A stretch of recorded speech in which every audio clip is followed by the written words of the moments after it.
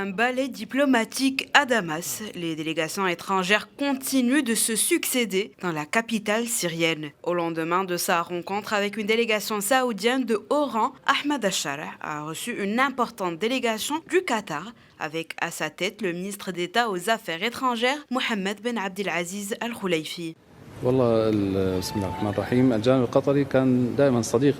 Le Qatar a toujours été un ami de la Syrie et a été à ses côtés durant toutes les phases de la révolution et a maintenu sa position jusqu'au dernier moment. Nous avons parlé de tous les défis liés à la situation actuelle et future, y compris l'évolution politique et surtout la croissance économique. La partie qatari a exprimé sa volonté de commencer des investissements à grande échelle sur le territoire syrien dans tous les domaines, en particulier dans le secteur de l'énergie où il dispose d'un haut niveau d'expertise sur la scène mondiale, mais aussi en investissant dans les ports et les aéroports. Je pense que la prochaine étape sera celle d'une croissance exceptionnelle et que la participation du Qatar sera active et ciblée.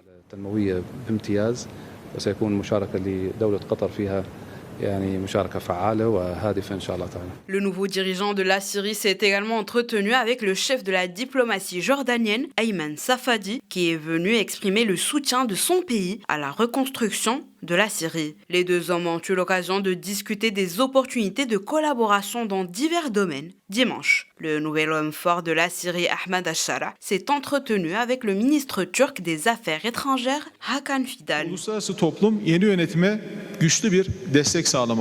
La communauté internationale doit soutenir fermement la nouvelle administration. J'espère que notre visite encouragera les contacts de haut niveau avec d'autres pays. L'ensemble de la communauté internationale, en particulier les pays arabes, doit s'engager auprès de la nouvelle administration syrienne. Il ne s'agit pas d'une période d'attente. Nous devons agir immédiatement.